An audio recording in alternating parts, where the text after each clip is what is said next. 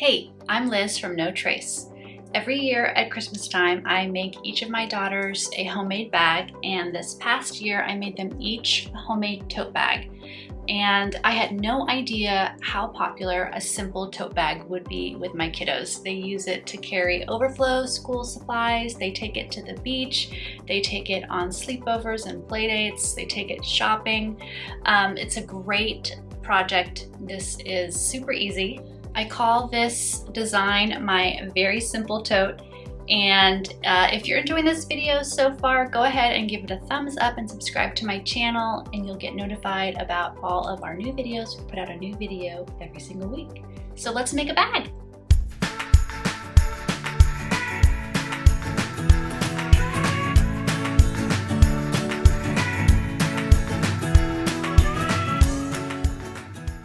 You can make your tote bag in any size that you want. All you need is 4 rectangles of fabric that are all the same size. So 2 are going to be your outside, and then 2 pieces are going to be your liner. I find that a good size is about 18 inches wide and 16.5 inches tall. So I've cut all 4 of my pieces to that size. You're also going to need some straps, and you can make your straps out of 4-inch strips of fabric. You'll need a final length of 48 inches, and the way I'm going to get to that is by joining 2 4-inch strips of fabric. If you don't want to make the straps, you could also get some webbing from your local fabric store, or you could even try to use some heavy-duty ribbon for the straps.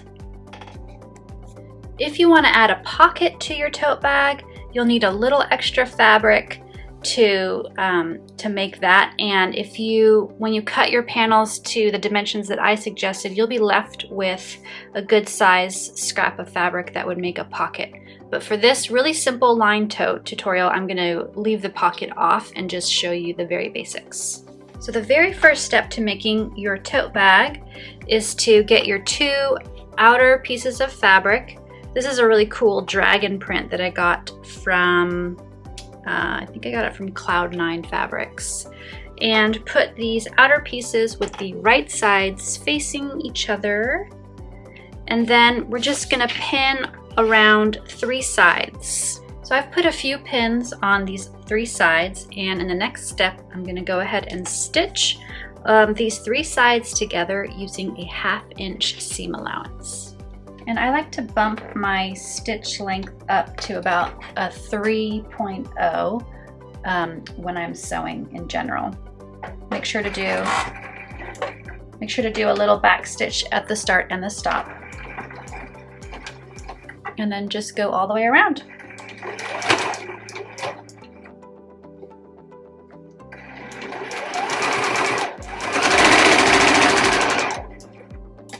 When you get to the other stopping point, make sure to do a little back stitch at the very end.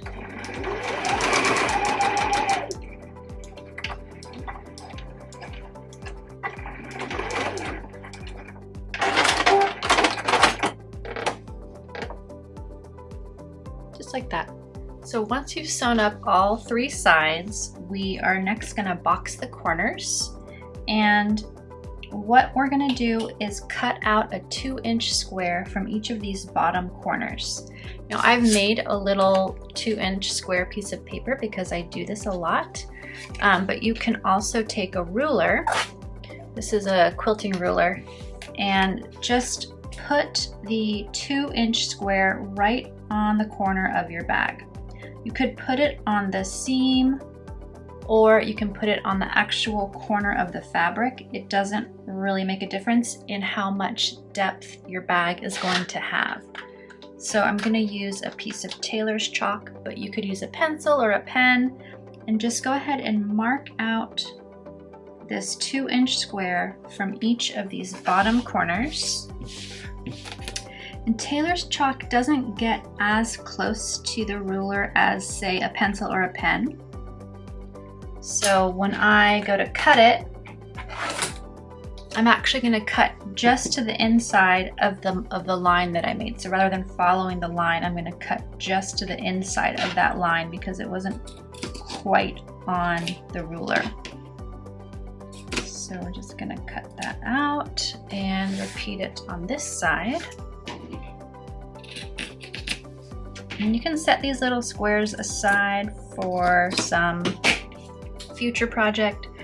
I've also done pockets from the boxed corners on other bags where you connect them all together and then you create a little pocket, but you always want to save your scraps. And in the next step, we're going to be sewing up this box corner. So what you want to do is open up that square that you just cut out. So you're kind of opening up your bag. And you want to line up those side seams with each other really nicely so that you'll have a nice continuous seam along the side of your bag and the bottom. And then you're going to put a pin right there to hold it in the middle. And then I usually add another pin or two on the sides. And then repeat that for the other corner that you just cut off. So you're opening up the bag, lining up the side seam and the bottom seam nicely with each other. Get a pin right there to hold them. And make sure that you don't have any wrinkles or folds in this area, so you want to make sure the fabric is laying nice and flat. Otherwise you'll end up stitching a little pucker or a fold into your bag on accident. You don't want that. Okay, so go ahead and stitch with a 1/2 inch seam allowance right across that corner and that corner. And you're going to want to make sure to do a back stitch at the start and the stop of this row of stitches.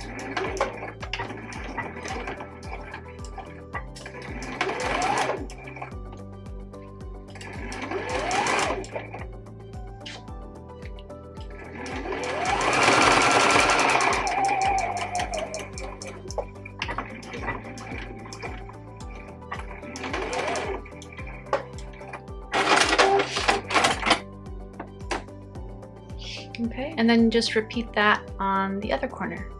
All right, so both of the corners are sewn up on the outer layers of fabric, so we can set this aside for now. All right, in the next step, we're going to repeat all of those same steps with the liner fabrics. So we want to line up the two liner fabrics with the right sides facing. This is a solid, so it doesn't really matter, but if you had a print, you want to make sure those right sides are facing.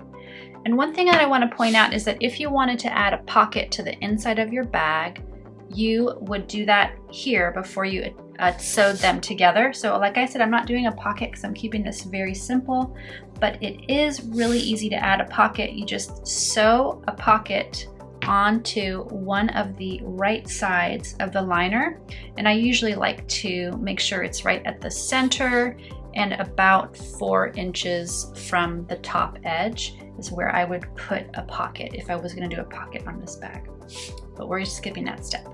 Make sure the two pieces are lined up really nicely on all of your edges, and then just go ahead and pin them together on 3 sides.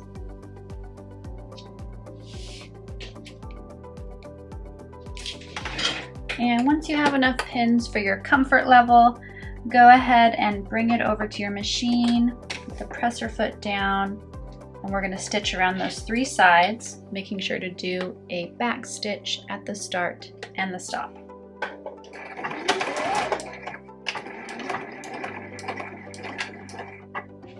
So the 3 sides are stitched together, and again we're going to box the corners, marking out a 2-inch square on each of these bottom corners that we just sewed up, and then we'll cut it and we'll stitch it just like we did for the outer layers.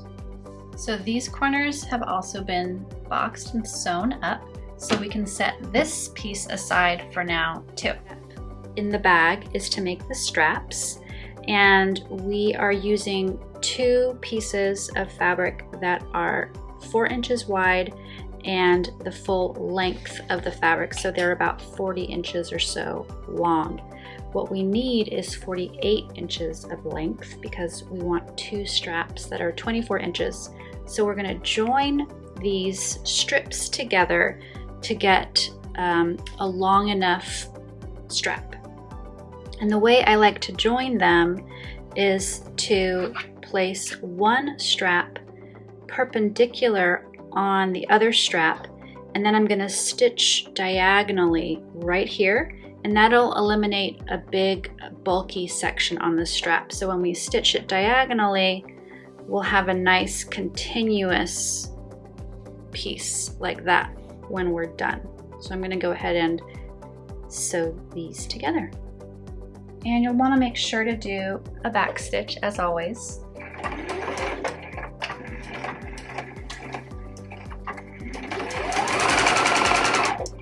And you can peek underneath and make sure that you're going straight towards this other corner as you sew.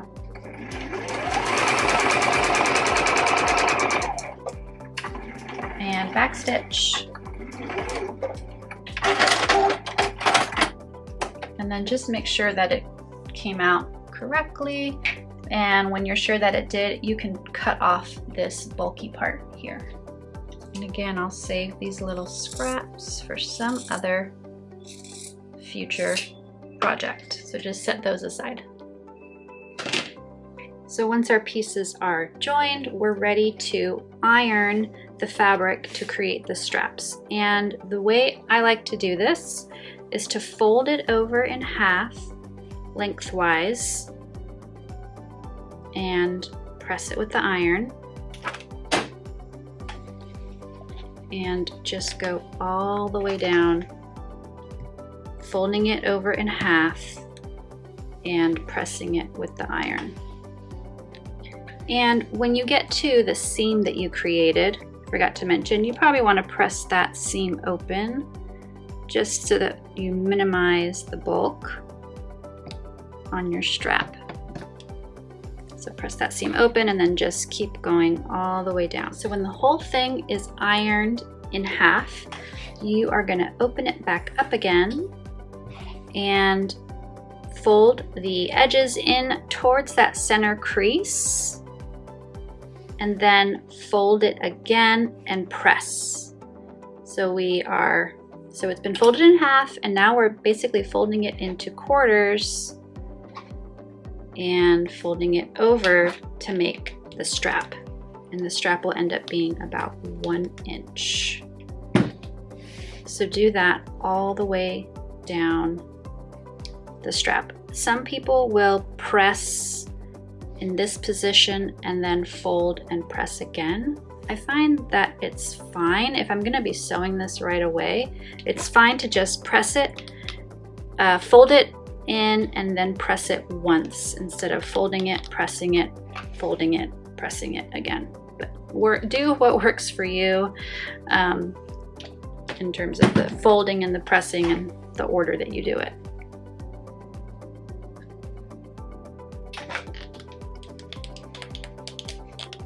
So now that it's all pressed, we are ready to sew this up.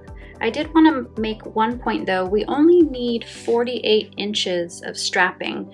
So if you wanted, you could measure out and cut off the extra strap material before you go to sew it and use it for something else. I like to sew the whole thing together, both of these pieces, so it's going to be more than I need, and then cut it down to size. And then I get left with an extra strap if I'm going to make another one of these bags in the future, or you could use it for making some other kind of something or other. So go ahead and decide if you wanted to cut this at 48 inches after you've joined the pieces together, or if you want to sew up the whole thing and then save the other strap for maybe you're going to make a second bag out of the same fabric, or save it for some kind of a keychain or something else. I'm going to first stitch closed the open side using a 1/8 seam allowance, so it's just a top stitch. I'm going to go all the way down the strap.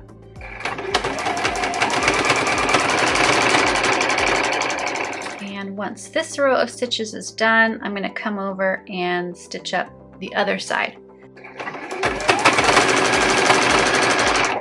So the whole strap is sewn up on both sides using a 1/8 inch seam allowance. And what we're going to do next is cut it down into two 24-inch straps. So you might want to take off the selvage edges so that doesn't mess up with your measurements. Set those aside. And I'm going to start over on the edge of my mat, which you can't really see, but I'm going to come all the way over to 24 and cut it right here. And then repeat that for the second one from the edge of my mat all the way to 24. So what we're going to do next is join all of these parts together. So the straps, the inner layer, and the outer layer. And we are getting close to finishing our bag and pulling everything together. The way we're going to join these is by first turn your inner layer right side out and keep your outer layer wrong side out. And make sure to push those corners out. And then you're going to slip this into your outer layer.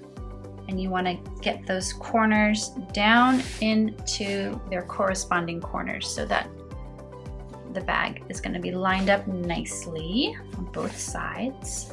And then what I like to do, once it's in there, is make sure to line up those side seams with each other. I'll put a little tag on this one, little no trace tag.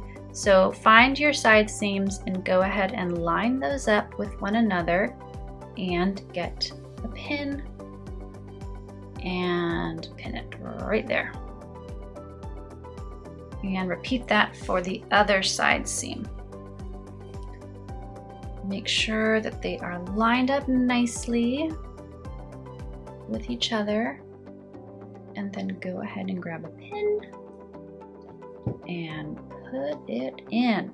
Okay, so those should be fitting together nicely. That's the goal. If all the cutting went well and you use the same seam allowances, the liner fabric fits neatly into the outer fabric. So now we're going to add the straps. And the straps are going to go in between the layers, pointing down into your bag. So in between the outer layer and the inner layer, we're going to put those straps and make sure that they're laying flat so that there isn't a twist in your strap. So it's going to be laying like this. It's kind of hard to see that. Like that. Now when you're sure that the strap doesn't have a twist in it, you're going to want to, the way I like to space these straps is to center it 5 inches from this edge. So just count over 5 inches, 1, 2, 3, 4, 5, and then go ahead and center it at 5. All right, so this line is the 5-inch mark, and I want my strap centered on that line. And then I'm going to take a pin and pin it. Now on the other side of the strap, I'm going to do the same thing. So line up this outer edge with a mark, or use your ruler, and then just count over 5 inches. 1, 2, 3, 4, 5. This line is my 5-inch mark, and I'm going to center my strap on that 5-inch mark and put a pin in it. And then I'm going to do the same thing on the other side of the bag. So I'm going to put the strap in between these layers, make sure there isn't any kind of twist, and then I'm going to pin that strap in position 5 inches from the edge. So the straps are pinned in place on both sides of the tote bag, and we're almost ready to stitch it up. But what we want to do is leave an opening so that we can turn our bag right side out and finish it up. So I like to leave an opening of about 5 inches in between the straps. So if you just measure out about 5 inches, and I like to mark it with a couple of pins so that I remember not to sew over this spot. Otherwise, I'll be using my seam ripper.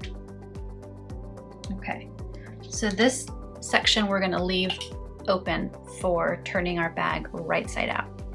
And what we'll do next is go to the machine and stitch all the way around the top edge here with a 1/2 inch seam allowance.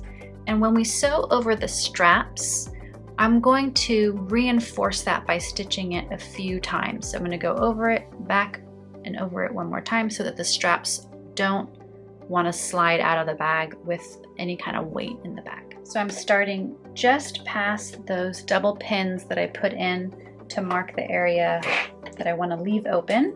So the first piece I'm sewing is actually a strap, which I can feel under the fabric and I can see that pin that I put in. So I'm just going to go over it, take my pin out, and then reverse,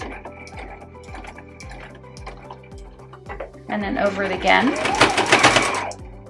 and then sew all the way around. And every time I come to a strap, I'm going to reinforce it. So there's a strap right here. I'm going to make sure to reinforce that. I'm getting close to my double pins here. You can see that. So that's going to be my stopping point. And I'm going to reinforce this last strap by going over it, backing up, and then come forward and cut my stitches. Woohoo! All right, so now we have just this one section left to finish. So we'll take our pins out and turn it right side out. To turn it right side out, you'll just want to find that opening and then just reach on in there and pull the lining out, pull the outer fabric out. One thing I don't think I mentioned is that if you wanted this to be a more heavyweight bag, you could use a more heavyweight fabric. I wanted to just make a lighter weight tote, so I'm using 2 layers of poplin, which is like a quilting cotton. But if you wanted something that felt a little more heavy duty or would hold up well to bumps and scrapes across the floor, or across your patio or something like that, then you probably want to use a canvas fabric. All right, so we've got this pretty much turned right side out, and the next step will be to find that opening and press it close. So here's the spot where we turned it right side out. Probably want to press that at the iron. You could be lazy and just finger press it, but I'm going to go ahead and press it at the iron. And I'm also going to go around and make sure that this seam lays nicely all around the bag so that I don't have any weird lumps or unevenness. So I'm going to go all the way around this at the iron and just make sure that my seam is real nice. Oh, and actually before I do that, you want to make sure that your corners on your outer fabric are pushed all the way out, because this will be your last chance to get in there with a chopstick. If you needed to go in through your opening to really push out those corners, this would be the time to do it. But mine look good, so I'm just going to take this to the iron and press out this seam really well. So just go around and press out that seam. I kind of roll it between my fingers and then just press it with the iron all the way around.